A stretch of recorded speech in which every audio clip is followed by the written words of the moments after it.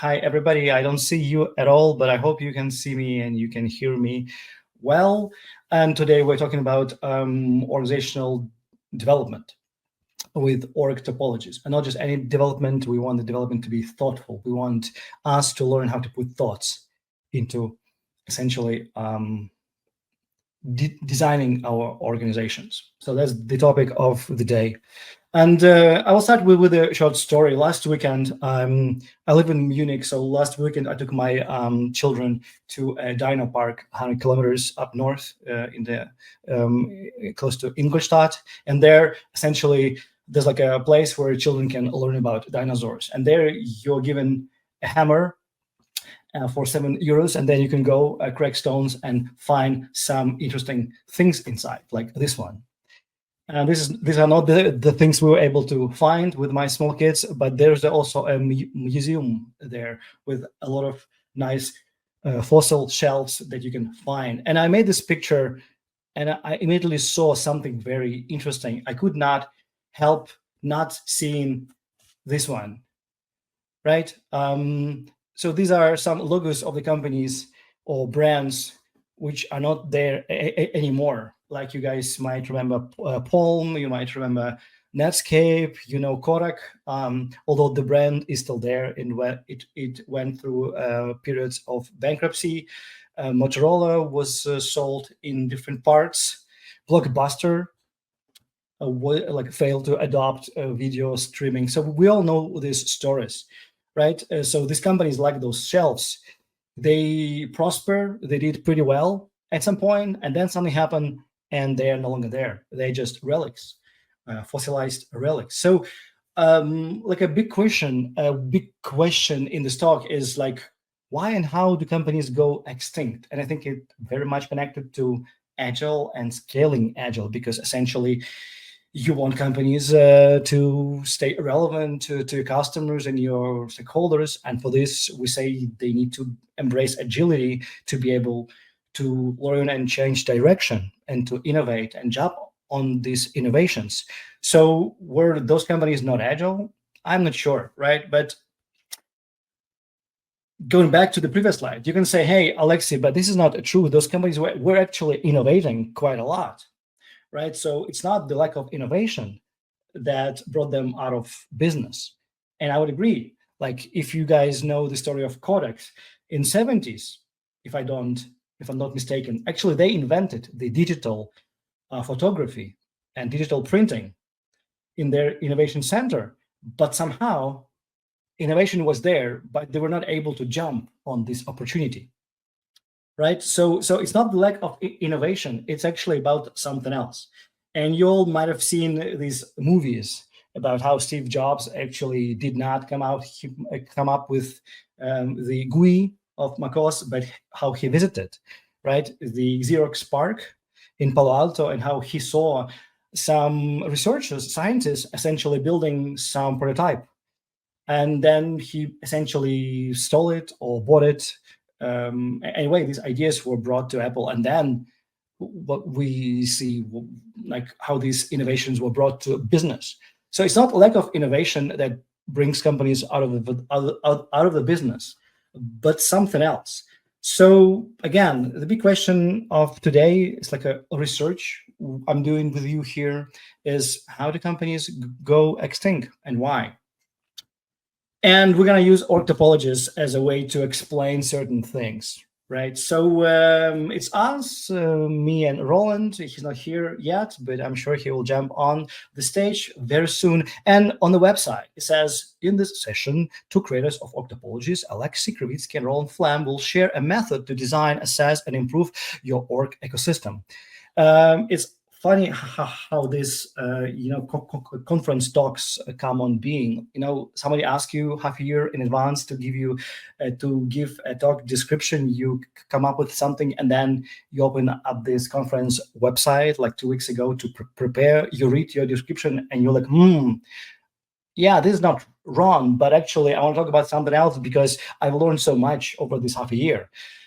Essentially, we are going to talk about org topologies to design, assess, and improve your org ecosystem, but also about a few different other topics that we were able to discover over this half a year since the website put our talk online. Okay, so if you visit the website of Org Topologies, which we'll be very happy for you to do because we have a lot of things there. We've been working on this subject for years. We have lots of case studies, blog posts, articles, videos. We have a video course. Essentially, the executive summary of Org Topologies is this one. Org Topologies empowers organizations to navigate complex change by offering a proven approach to drive adaptability, innovation, and resilience. So what we claim is that if you use Org Topologies, it's not like promised, but the chances are increased that you will be able to drive complex change in your organization. And it doesn't need to be like an official Agile transformation or restructuring.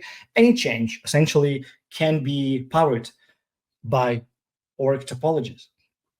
And it's not just any change, especially if you like to drive adaptability, innovation, and resilience, those things which essentially help your company to stay in the business long run, this method will help you. And I'd like to explain now in the talk how this is possible. Cheers to all of you. Roland is going to jump on the stage right in, I was told. And here's Roland Flemm. Hi, Roland. Hi, thanks. Good to have you. It's good to have you. I'm almost done with the talk, by the way. So we are. Well, my computer is done with updating. All right. So that's Roland. And as we say, we are recovering Agile coaches, right? We used to be Agile coaches like most of you, and we have struggled, right, to help companies really embrace the spirit of agility. And now we call ourselves and we try to practice org design, and we call ourselves org design consultants, right? We come to companies and we try to help them to thoughtfully change the structures to do whatever they want. If they want more agility, fine. If they want something else, it's also fine. You can create structures for anything, but there should be consistency between what you want and what you do. And hopefully the Org Topologies method can help us to get there. Roland, now that I see you on my screen and I don't see anybody else in the audience, I can talk to you and you can talk to me. Yeah, let's talk a little bit and then entertain these people. Right. I'd like to remind you, Roland, if you have forgotten, like a week ago, we put live our latest primer. Yeah. So for everybody, you can download Org Topologies primer from our website for free. So essentially, it has the essentials. And in the remaining 40 minutes or so, we will try to cover some of the topics. Yeah, and if you download it, you will get more information, but probably then still you will be lacking some information. There's a wealth of information on our website that will help you to understand better what we are trying to convey, the method, basically, that we're trying to teach. Right. So let's jump right in, and let's see the map. Oh, wrong map. Wrong map. And this is the right map. Okay, so this is the Org Topologies, full Org Topologies map, which has a lot of details, and we don't want you to start reading and trying to understand all of it. It has a multi-layered component to it. We'll go to a simplified version, right? A boring black and white version. Essentially, it's a 2x2 matrix, right, with the 4 quadrants. Yeah. Roland, what do you want people to remember or understand when they look at the map the first time? Well, the first thing you would need to see and understand is that it has 2 axes. Whoa, that's rocket science, isn't it? Not really. But the horizontal axis is about capabilities, how well an organizational unit is capable of delivering value. And it goes from individuals to fast flow units, teams. And then on top of that is a vertical axis. And that's how much people know of the problem of the product domain or of the business. And we believe that these 2 aspects are enormously important for the performance of your organization. And it is a map. That means that we can draw things on it, And that ties back to the previous talk of Uwe, who was saying, yeah, if you want to take steps, you need to know what you're doing and do experiments and visualize it. This is the map that will help you do that. Yeah, so I think this talk very much ties nicely to the previous talk of Uwe, right, where he was explaining practices, and we are more in the principles, but we are very much aligned somehow with the direction, which was very nice and pleasant to know after listening to his talk. So the question still remains the same, right, of our research, why companies go out of business and go extinct. And to answer this question, we'd like to take you to a little journey of how companies evolve over time. Right, and of course, companies start small, and we can call those companies startups, right? And you might have known that startup, right? Who are they again? 70, yeah, look at the haircuts, look at the beards. I miss my time. Essentially, right? This is not the topic of our talk. I think Björn Jensen can say a lot about haircuts and everything. Let's look at the map, right? So a startup, essentially, it's somewhere on the top right of the map, and the crown represents the customer. And these startup people, they're very close to the customer, right? Mm-hmm. Remember that we said that it's the combination that what we see in the startup of having a lot of capabilities and being close to the customer.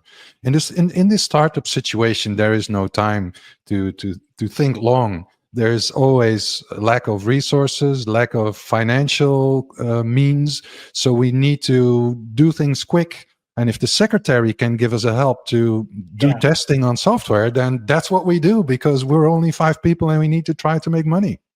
Right. We're not actually saying that a startup is a very nice place to be because you don't have enough money, you probably work off a garage, you eat pizzas every day, but like it's a metaphor, right? It's a group of team who are a real team, and they're learning super rapidly the skills, they're acquiring new skills, and they don't even know what they'll have to learn tomorrow. That's the horizontal axis. And on the vertical axis, they are essentially together, and maybe even each of them work on the whole product, or even broader, on the whole business model, because they cannot offer to have a lot of people. So it's somewhere in a C3 area of the map, right? We'll understand that.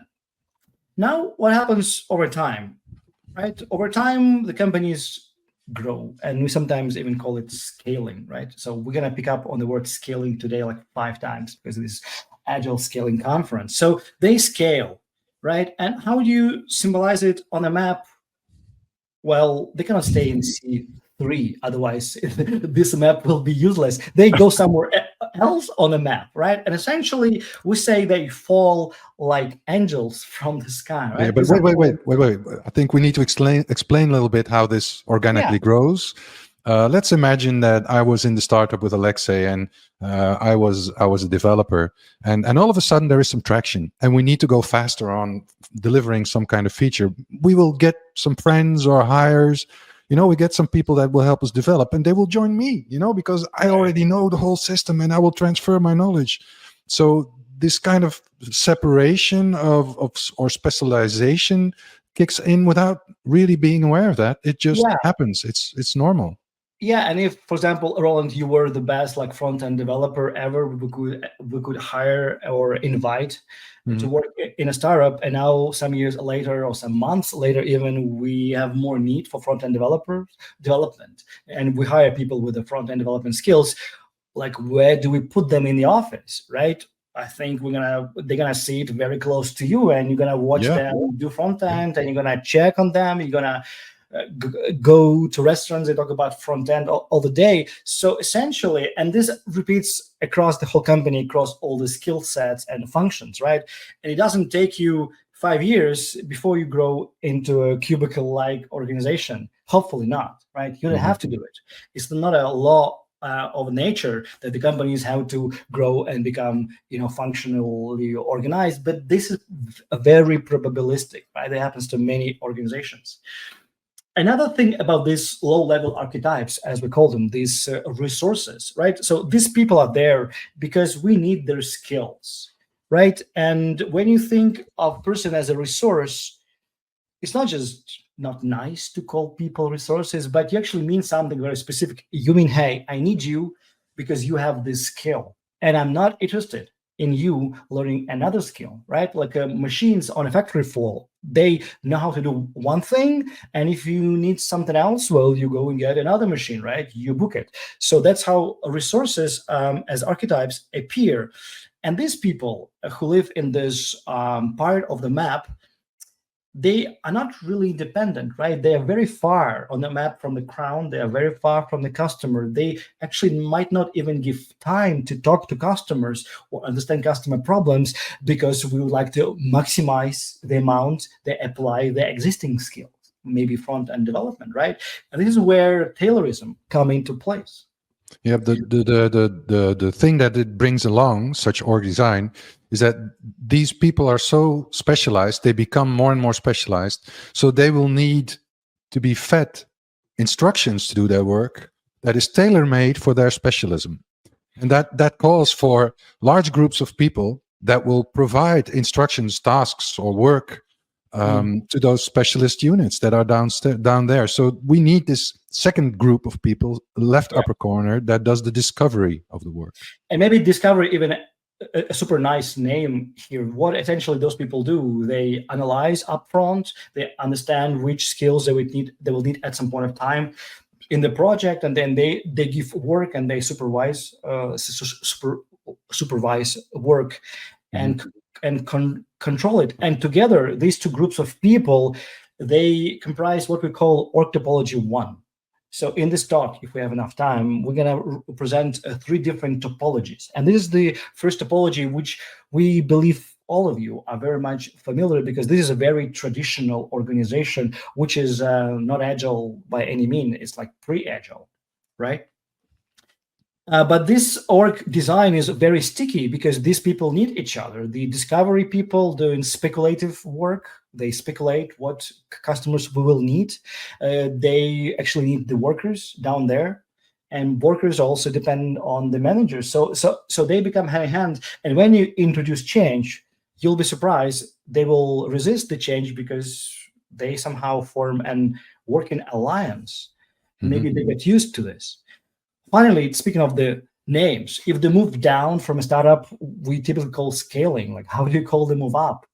Descaling, right? So are we currently speaking at a scaling or a descaling conference? Like, we actually want to help companies descale and go back in time, rejuvenate, bring the youth back, be as agile as a startup again. Doesn't mean fire all the extra developers, but actually be a startup with the constraints that you have, with the legacy that you have, with the customers that you have, with the contract obligations that you have, but try to get back to where you were able. Actually. Well, while we were scaling, we lost some of the characteristics that the startup type of organization has. This collaborating together on a common goal, that is the company goal, that's lost in the resource centered topology. Everybody works on their own little area of expertise and does their tasks and is monitored to be busy as much as possible. So this is a complete different type of organization with different kind of goal. It's a different way of being, and this company is not optimizing for customer value anymore. Not at all. It optimizes for something different, for keeping people busy or for utilizing their skill in the best possible way. And these are not bad things, right? You can make business out of that. Like if you're an outsourcer, for example, you want to sell as many buddies, right, to your clients as possible. So this can be a very profitable model. But if you're building customer-centric products, you're gonna have some challenges here. Let's double click and look what's below these boxes, Roland, right? And if we double click, you can do a mapping of specific archetypes, as we call them. So Alexey, maybe we should explain a little bit what is these bubbles that we're looking at. I mean, I got the quadrants; those are making up a topology. But what is the red or the purple bubble that we're looking at? Are these teams or what is it? Yeah. So essentially, two answers to this question. On a meta level, guys at the conference who are watching us, we're demonstrating to you a mapping method of org topologies, right? You can go study how your organization functions, which work units it has, and put them on a map, right? And some units will be single individuals, like the guy or girl in a C0 product manager. It's one individual who is high on the map because this person needs to understand the big picture and the customer problem. But this person doesn't have all the skills, so she relies on other people. And then you have analysts, and it's not a team; it's just a group of analysts, right? Because they also cannot do many things; they're not cross-functional. They just do analysis, and they get input from product manager, and they give the inputs to other groups, say front-end group and a back-end group. For example, it's a very small company, or maybe it's a very small department of a company, right?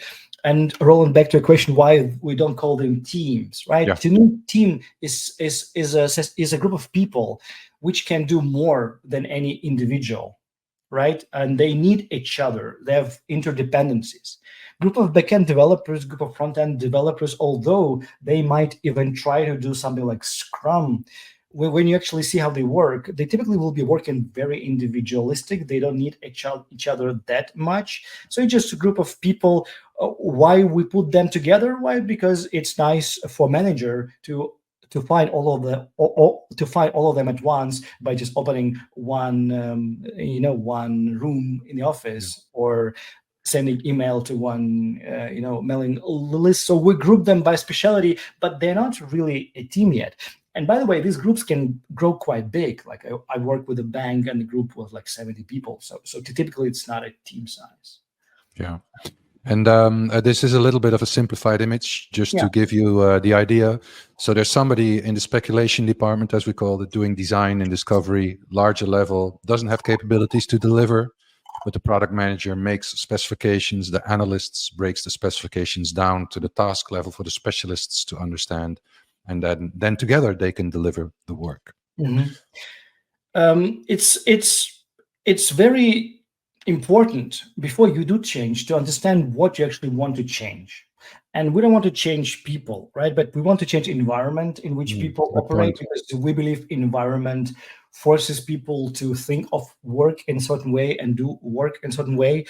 And you would like to change some dynamics or behaviors of the people when you do change. So one exercise I'd like to do with you, I'd like to demonstrate you what we call systems modeling, a technique to actually describe what is actually happening between these archetypes on the map.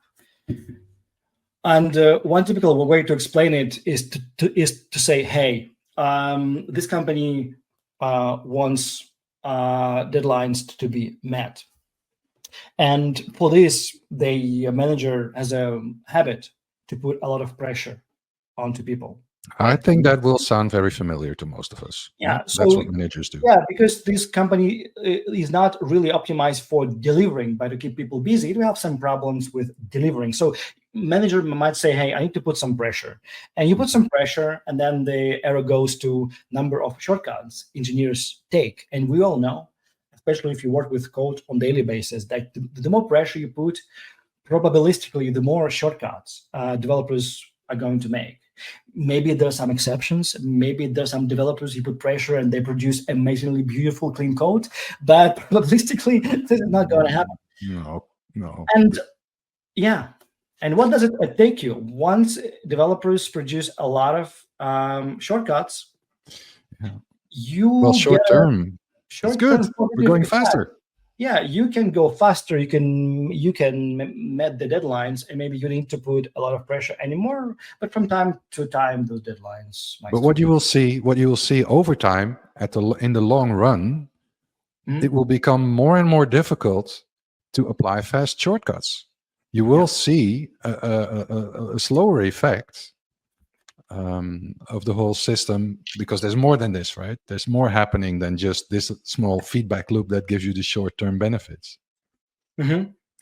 And some managers might be happy by seeing this effect. You put pressure on people, and now you get more things done. But what they might not see, some delayed feedbacks.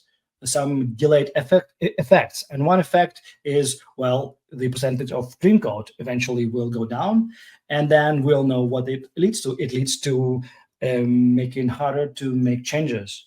And when it's hard to make changes, then the deadlines will be hard to meet. So it's a simplified dynamics. But what it shows you is that it's important to understand what's happening in your company before you implement Agile or do change. You need to understand the dynamics. And a funny fact is that the managers are not stupid. They actually don't want bad code, but sometimes they get promoted faster.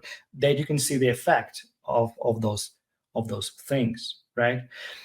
This brings us to our question, right? So why do companies go extinct, right? And one answer we can derive from this first org topology. It's because such companies are getting worse and worse over time at delivering customer value. They get focused on internal things like managing projects and managing people and managing specialization. This talk is also about scaling Agile. So how does it have to do anything? Yeah, we didn't show any Agile yet. Yeah. But is there any Agile to show in this company? Is there any Agile to scale in this company? Like if this company, like we're describing, wants to scale Agile, where do we start? Well, there's an answer, right? We found for you Gall's law. Gall's law states that all complex systems that work evolved from simpler systems that worked. And to paraphrase that, you can say, if you want to build a complex system that works, build a simpler system first and then improve it over time. So scaling Agile, well, maybe before we scale Agile, maybe we need to start creating at least some small bit of Agile in that company that can be scaled over time, right? And Roland, I think we need to speed up because we have only 15 minutes left. So scaling Agile would mean that we're trying to move towards creating cross-functional teams. This can be done by creating teams from the current archetypes that we have already, analysts, backend, and front-enders, and we can put them together. And by doing that, we will close the capability gap. We will create one unit that will have all the capabilities needed to ship a piece of software, for instance, from idea to production or in the hands of the customer.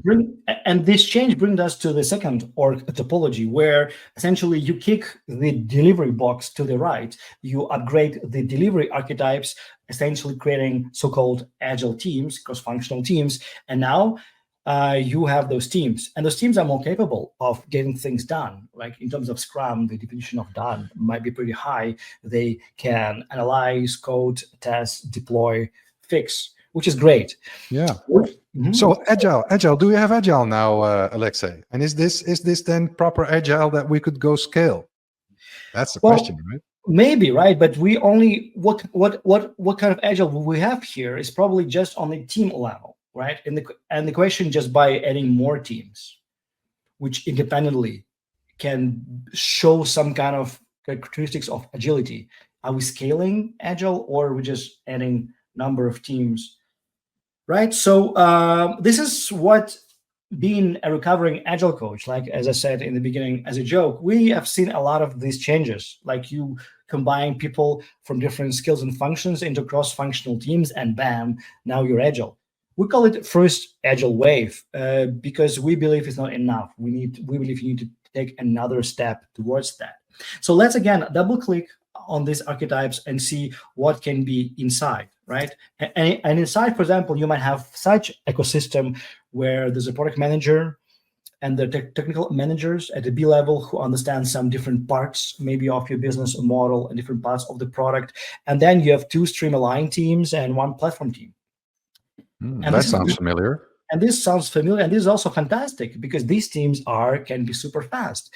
The platform team can do almost everything, but still maybe has some dependency on some other teams. That's why it's not Y3, but Y2. Maybe they're lacking some observability capability in the cloud that they need, but they can pretty much give platform to streamline teams, not to focus on those teams. So now that we have some kind of agility, which is what we wanted to have in our organization before we can start scaling agility, maybe let's study a little bit of the dynamics that we see in organizations where we've created some agile teams, where we created this second or topologies type. Yeah, and before we go there, one important thing to say, a lot of organizations have been on this path, and a lot of organizations seems to be very much obsessed with the speed, right? And the stream aligned team is a very speedy team which can do something they understand quite well, and some other teams can support them.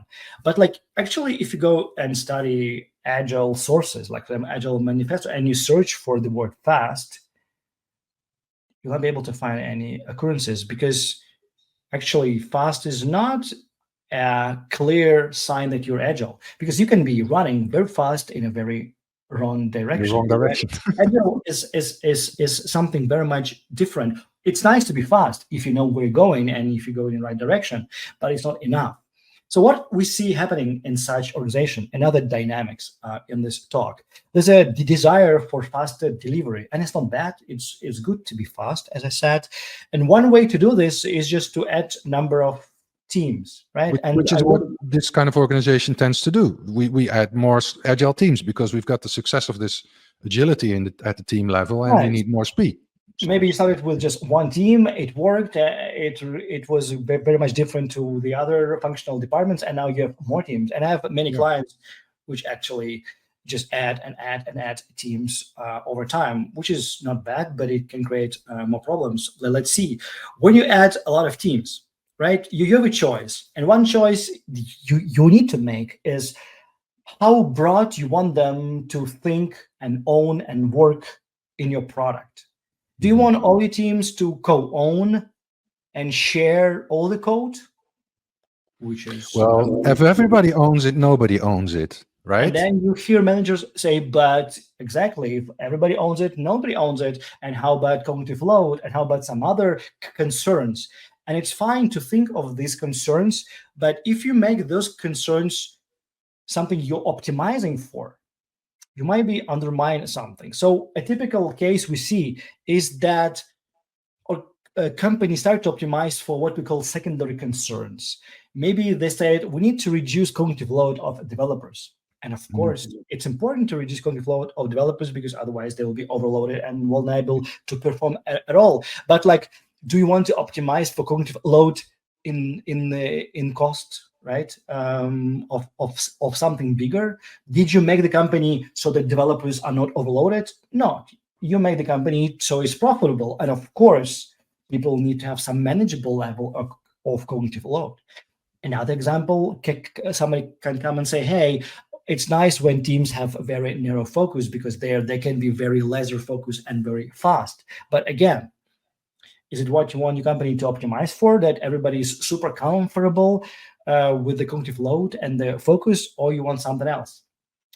And what we see is that probabilistically in many companies, very unthoughtful and skillful decisions are made where the broadness of scope of work per team is very narrow. Essentially, you take the whole product, you cut it in very small pieces, and you give every piece to an individual team to own. Yeah, well, yeah, or they just take an internal process and then put teams on it, and it's maybe thoughtful, but the end result will be that there are a lot of teams that own a very small part of the whole problem, and that is a problem by itself. Yeah, and eventually, again, over time, which is might be hard to see by the managers who made the decision, the narrow the team scope of ownership is, the more dependencies there are between the teams by the definition. Yep. Because, well, if the business stakeholders say want to increase retention in the product, and you have a search team, product team, catalog team, payment team, maybe all these teams need essentially to work somehow and to contribute to this retention, which creates dependencies. And dependencies over time create probability that you will not be able to actually do that retention in time. So essentially, you are minimizing the chances of meeting those business objectives by crazy, isn't it? Yeah. By creating many teams with a narrow focus scope of work. And this costs a lot of money. You know, adding teams, I don't know how much a team per sprint, that's about 50K maybe, but it just adds up. It's a lot of money. So the cost of R&D just goes up as we add more teams. Performance is slowing down, which means deliveries will be later. So that means that revenues will be later. Oh, this is not good, man. ROI is going down. Essentially, with all good intentions to Yeah. scale and to increase your delivery, you are increasing locally something for sure. You're making lives of developers better, which is fantastic. I'm a developer. I want my life to be great. But from the business perspective, your ROI gets worse and worse because you are not getting more with more people you are hiring.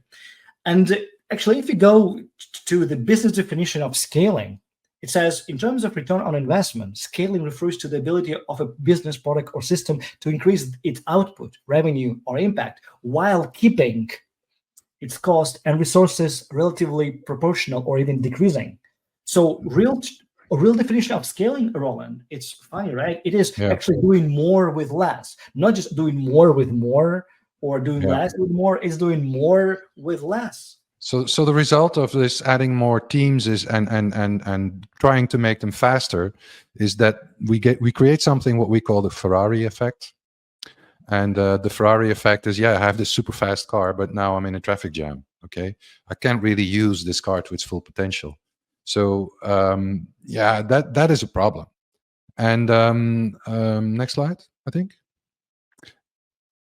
Yeah, what we want to do, to propose actually, is a solution that goes against this idea of creating small teams that are very fast on a very small part of the problem, but to enlarge their ownership, basically go up on the map vertically. And that would mean that everybody, just like the startup, remember, owns a bigger part of the problem space and can collaborate in it, which creates fast cars that have a space around them where they can really drive fast. Yeah, that's nice metaphor. And going back to our question, right? Why the companies go extinct? If we considering the second org topology, right? That's because they're getting better at doing what they already know. Oh wow! I need to think about this for a second. They're getting better at doing what they already know. So they're not learning anything new. Is that it? And they don't want it because they believe they already found the value. And I guess every big company had found some good customer value at some point. But if you just are going to do more of the same, eventually, sooner or later, you'll be undercut by some small startup which, invents and puts something into customer hands which you were ignoring to do, like Apple, stealing from Xerox PARC, whatever Xerox was inventing. So going back to the topic of this conference, scaling Agile, right? Again, perhaps maybe we need to start creating it before scaling, because just adding Agile teams apparently does only harm from the global perspective. Your ROI will go lower. We have only a few minutes to wrap up this talk. And my kids are crying in the next room. That's why I prefer a real talk when I'm on the stage and the kids are at home and I'm not at home at the same time. I apologize for that if you guys hear that. Otherwise, noise canceling works perfectly. To summarize, right? Probably you knew these topologies, you understood these concepts, that's fine. That's not maybe what we are trying to teach you here, but we use this example to show you the org topologies approach that we have been developing. And to summarize it very briefly in essentially 4 very simple slides, our approach is called Change Made Real, and MADE is an acronym. M stands for Map the Ecosystem. So whenever you start the change, you can download the map, get a mirror one, and actually map the ecosystem, put the archetypes that you have, connect them, and maybe then measure, assess the gaps that they have. And in most cases, archetypes will have horizontal capability gap and also vertical value gap. You don't need to close all these gaps at the same time, but once you did the mapping and you did the assessment, essentially like your homework, you understand your company now you can start dreaming. Wait a minute, one second, comma, Alexey. The gaps, it sounds a bit abstract, but it's very concrete. The horizontal capability gap, hey guys, that's the definition of done, right? How done is this team? Vertically, look at what they have on their backlog. Is that a customer problem or not? No? Okay, well then you know what to do. So Continue, please. Thank you. Thank you. So after you've done this work, you can start dreaming, and D is not for dreaming, D for design. Now you can design your target state. Maybe you want to go to C3, or maybe you want to go to B2, and you can find examples on our website what that might mean. But essentially, if you are in a business of product development, you want to go as close as possible to that dream state of a C3 startup where we started with. And again, it doesn't mean you need to change the entire company. Like the previous speaker, Uwe mentioned, right? You can maybe create some kind of pods. I'm not sure he used that term in German, but you can create some pockets of agility. Maybe you create a place where a couple of teams are sharing together some clear customer value, and there then maybe they co-own it without too much of cognitive load and dependencies. And that's where you will start. That's where you start experimenting. You will start learning at a smaller scale. And once you have something that works at a smaller scale, according to the principles of the upper quadrant, then you can start doing more of these experiments, right? Because you've learned on how to do it and how not to do it. So start small and scale and make it work and scale from there. And that's what we're supporting with Org Topologies and the MADE method. Yes, and the Uwe mentioned like a lot of the word experiments. We are for the experiments, but before you experiment, you need to know where you are and where you're going and what can be your middle step. We call these experiments elevating structures, because we believe you can elevate people and elevate the teams and elevate the organizational ecosystem upwards. And we are collecting, and we are in the business of collecting these elevating structures. And we have like 50 of them. Some of them come from LESS, some come from Spotify. We collect them from different places, and we would love to share with you them. But I think we're out of time now. And if you like to learn more, a little bit of an advertisement, right? We have a video course, 4.5 hours on that website, where we go into very much details on this topic. If you like to get a 25% discount, which available today, tomorrow, make a screenshot, follow this URL or a QR code, and we'll be happy to see you there. And I think we will be going to the other room where we have Q&A. So if you want to know more or have questions about the map, or you want to know more about the elevating structures, then we're more than happy to give a little bit of examples.